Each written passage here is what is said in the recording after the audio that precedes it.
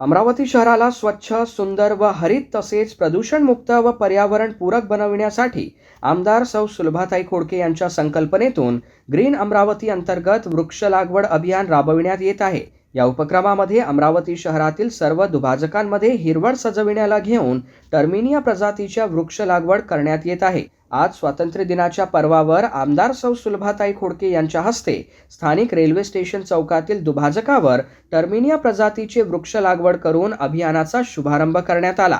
आज आपल्या शहराला स्वच्छ, सुंदर, सुरक्षित आणि पर्यावरणपूरक बनविण्याची गरज आहे।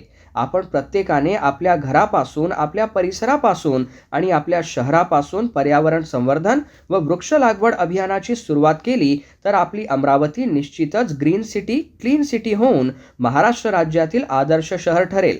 आपण सर्वांनी मिळून स्वच्छ, सुंदर, हरित, सुरक्षित व सामाजिक सौहार्दपूर्ण अमरावती शहर साकारण्याचा संकल्प केल्यास हीच आपल्या देशाला खरी मानवंदना ठरेल, असे मनोगत आमदार सौ सुलभाताई खोडके यांनी व्यक्त केले।